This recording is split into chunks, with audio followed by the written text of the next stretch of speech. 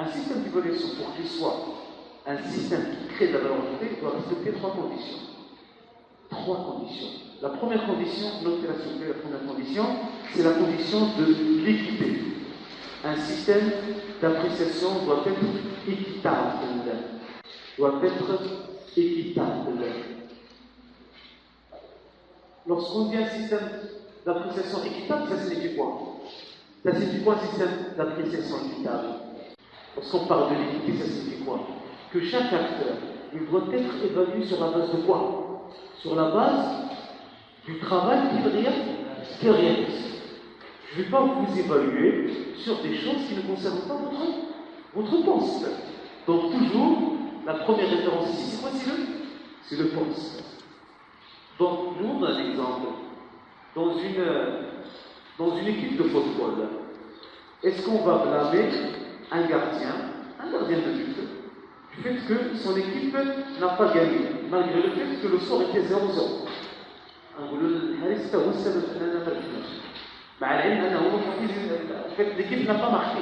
Est-ce qu'on peut faire ça? Alors, qu'est-ce que vous constatez ici? On blâme une personne sur une performance qui ne concerne pas son poste. Alors, automatiquement, lorsqu'on évalue quelqu'un, on doit l'évaluer par rapport à ce qu'il fait. Par rapport à ce qu'il fait. Ça va nous pousser à parler d'un deuxième principe. Notez-le s'il vous plaît. Un système d'évaluation doit s'appuyer sur des indicateurs de performance clairs et acceptés. Ça signifie quoi, s'il vous plaît? Je vous donne un exemple. Le jour de l'examen, vous êtes venu pour passer la matière GRH et à la grande surprise, vous avez trouvé que les questions sur lesquelles porte l'examen n'ont rien à voir avec le contenu du cours. Est-ce que vous allez être motivé? Vous allez être démotivé, vous n'allez pas être content.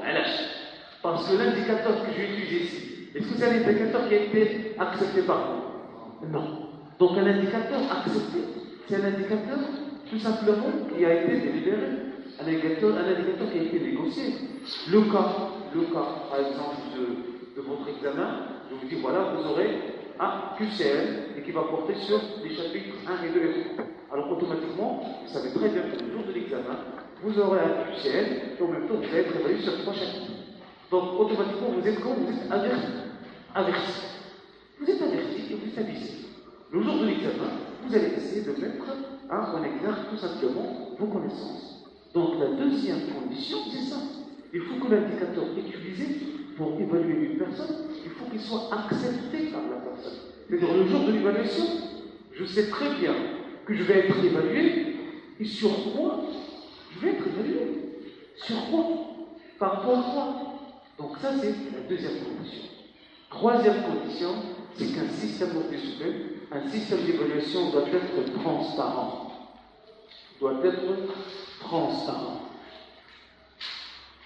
Alors, lorsqu'on parle de la transparence, qui évalue? Qui va être évalué? Pourquoi il va être évalué? Comment il va être évalué? Sur quoi il va être évalué? Et quand il va être évalué? Il y a toutes les questions sur lesquelles porte le processus sont claires, sont identifiées.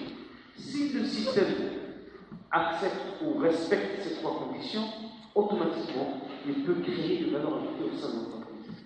Mais imaginez-vous, s'il vous plaît, un système non équitable. Un système dont les indicateurs ne sont pas clairs. Je vous dis, à la fin de l'année, Monsieur Hassan, cette année, tu as une mauvaise productivité. Pourquoi? Comme ça, tu as une mauvaise productivité. Alors, quelles seront les conséquences par la suite? Si le système ne respecte pas ça, la démotivation, mais aussi quoi par la suite? Parce qu'il ne faut pas oublier que lorsque j'évalue, je dois mettre en place quoi? Des actions. Parmi les actions, il y a peut-être des licenciements. Donc lorsque le système n'est pas transparent, n'est pas équitable, n'est pas clair en termes d'indicateurs, ça va créer quoi par la suite? Un conflit entre qui? Entre l'organisation et son personnel. Donc, automatiquement, les syndicats vont vous dire, écoutez, on n'est pas d'accord avec vous par rapport à ce point. Et lorsqu'on parle d'indicateurs, c'est quelque chose de très important. Je vais vous donner un exemple. La loi, là c'est très important de toujours situer le système d'évaluation par rapport à la loi. Au Maroc, lorsqu'on parle de l'évaluation, le législateur marocain n'a pas vraiment évoqué la notion d'indicateur ni la notion de norme. Ça, c'est quelque chose qui est lié à l'entreprise. Et d'ailleurs, l'entreprise, c'est à elle de négocier avec le personnel les normes et les indicateurs de performance. Dans ce cas-là, lorsque l'entreprise va mettre en place un indicateur, il doit mettre en place aussi un processus de négociation. Parce que les syndicats, ils considèrent que le salaire qu'on donne à la fin du mois, c'est un salaire justifié par quoi? Par le travail fait par la personne. Mais en aucun cas, par le rendement. Donc les syndicats ils disent il n'y a pas quelque chose dans la loi qui s'appelle le rendement. Le rendement, c'est une notion qui a été utilisée par l'entreprise pour booster l'activité de la productivité. Donc l'entreprise doit être capable de convaincre les partenaires sociaux de l'importance d'un tel système. Parce qu'un tel système, il va pousser tout le monde à se développer, à évoluer. Donc en absence d'une conviction des partenaires sociaux, croyez-moi, on ne va pas mettre en place un bon système ou un système accepté par tout le monde.